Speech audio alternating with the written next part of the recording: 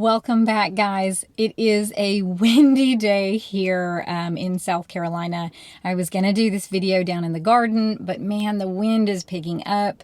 I think we're going to get down into the 20s tonight, so that kind of explains the wind, all that cold air moving in. But anyways, way too windy for me to do this outside. You'd never hear me. The microphone would just pick up all of the wind. I just actually got back from dropping off one of my kiddos at the high school. She practices soccer up there, so that's where she is at. But anyway, so I drove back home and I thought, well, I'll get this video shot in the driveway. So not typical for me, but I kind of wanted to share with you guys today.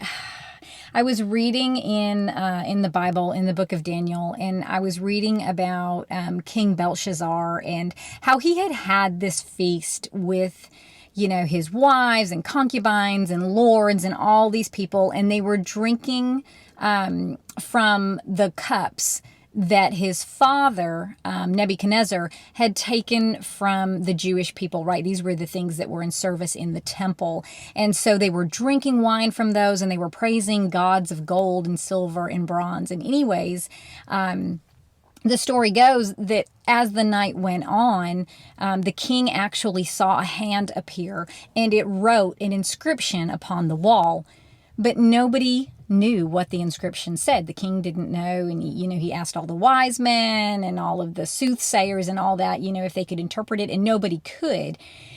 And the only one who could interpret it was Daniel, right? And Daniel was, a servant of God.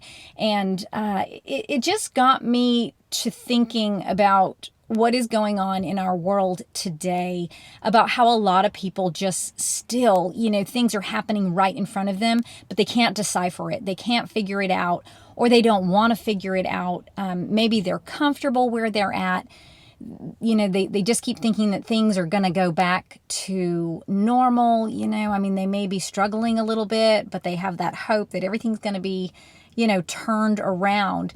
And I just, for me, man, I kind of would love to have that mindset. I'd love to have that hope that things are going to get better, but I know just because of my faith that things aren't. And I wanted to share with you, I've never shared this before. When I tell the story of how we came to this homestead, I always talk about how when COVID hit, and the store shelves were empty, that is what prompted us to put our house on the market and move. But one detail that I've always left out is that 3 months before COVID hit, whenever I would, read my Bible and I would pray, every prayer that I said, I almost couldn't get it out of my mouth because in my head, my prayer would be drowned out with sell the house, sell the house, sell the house, sell the house. And this went on for months. And I questioned it. I thought, is this just me saying this to myself? Am I the one telling me to sell this house? And at that time, everything in the world was fine, right? COVID hadn't hit yet. We had great, the economy was great. We were succeeding at everything that we were doing in this country, it seemed like. And so there was no reason for us to sell that house. And I never wanted to sell that house. So, for my own mind to be coming up with that just didn't make sense. And now let me just preface this by saying that I'm not, I've never really heard the Lord tell me what to do before. I've never had a voice in my head saying, do this or do that.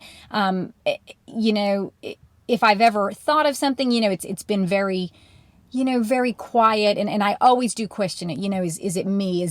Are these my motives? Am I telling myself to do this? But in this case, it was just constant. Like I said, for 3 straight months, every time I prayed, as soon as I started to pray, it would drown out my prayer in my head. And it was just the voice saying these 3 words over and over and over again, sell the house, sell the house, sell the house. And I did bring that to Nate at that time, and I cried about it because the house that we had before, man, we made that house into what we wanted it to be. It had been vacant for years. It had a lot of issues. So we did a lot of fixing and a lot of things of that. And I'm going to try to throw some photos up here just so y'all can see, I'll see if I can find some before pictures, but if not, I'll just throw up the after picture so you can kind of see what I'm talking about. We had made the kitchen into this beautiful kitchen. It had tons of counter space. This was before I was doing all this food preservation, but it was just nice to have all that space, right, for the kids' homeschooling and meal prep and all that stuff.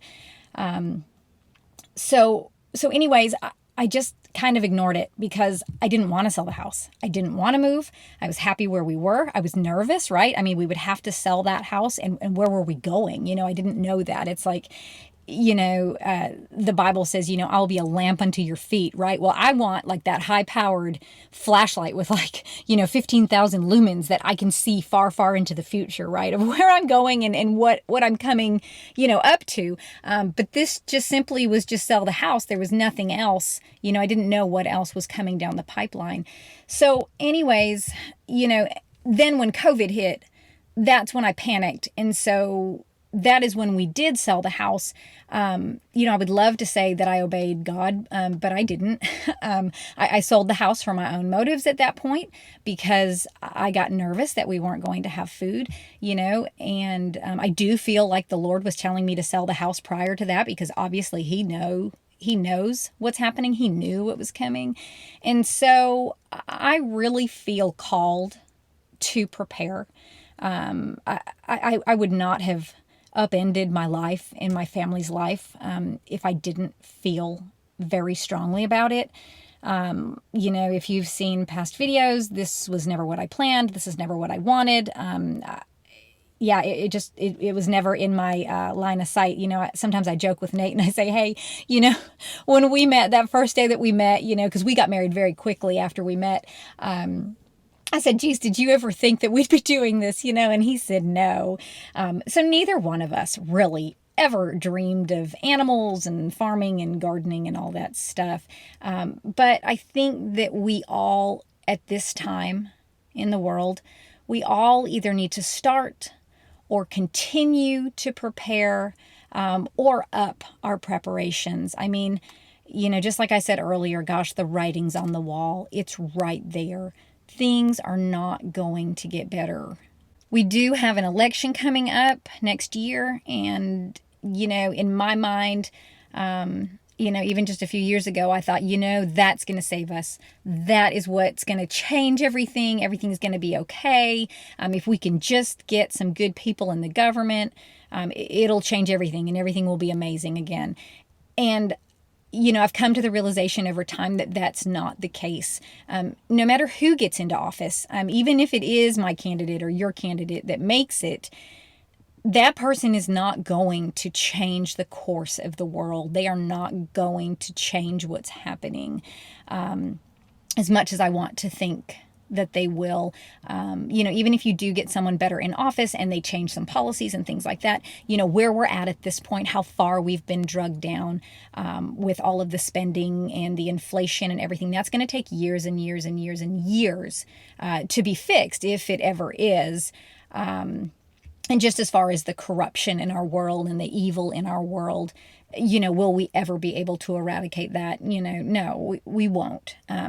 We just have to know that we just need to do the best that we can for our families right now and to prepare them for the future. Because I can tell you guys, and I'm really begging you, if you're not on board, I'm really begging you to just stop for a moment, think about it. If not for you, for your kids, and if not for your kids, for your grandbabies.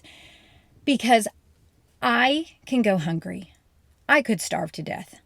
But I cannot watch my children or the children of my neighbor or random kids that I don't even know. I could not watch them starve. And so I really feel like God has called me to prepare, whether that is for my family, which of course, in this light right now, that is who I am preparing for. But I don't know that that's God's plan. Maybe He has me preparing so that the neighbors down the street can eat. or maybe it's, an elderly couple that can't get out and do this type of physical work. Maybe they will need help. So if I can store up enough, if I can grow enough, if we can do that work here, and provide for our family and our community, maybe that's God's plan. Like I said, I don't know. I don't have a crystal ball. Only the Lord knows. But I do know that this is what I'm supposed to be doing. And I don't think that everybody needs to, grow a huge garden. Maybe you're called to something else. Maybe you're called, maybe you have a medical background, and maybe that is how you can give and give back to your community and help in times of need. Maybe you're a spiritual person, and maybe you're just super, super close to God. That is one thing. I want to say that I'm really close, with my walk with Jesus. But man, there's a lot of days that I neglect it because I'm so busy. So when I can talk to those people who are just, I feel so close to him, it just gives me such peace. So, maybe that's your calling. I don't know, but if you can prepare in any way that you can, if you can put a few more cans up on your shelf, if you can do a little more praying, a little more, crying out to God, and asking him for healing for those that need it, and financial help for those who need it. I really would ask you guys to do that, because I just don't think that things are going to get better. I just think that they're going to get worse. Our country and our lives and our world are just, sliding down. They're in this downward trend. But guys, I just want to say, keep on working, keep on preparing, keep on doing what you know that you have to do. And if this is the first day that you are recognizing something, or the first day that your eyes are kind of starting to be opened to what's happening, just take a breath and just do what you can do. Don't go out and, spend your whole month's paycheck on food, right? Just do something small each day to help you, because even that one step that you can make now is going to help you in the future. So I just felt led to share that with you guys today.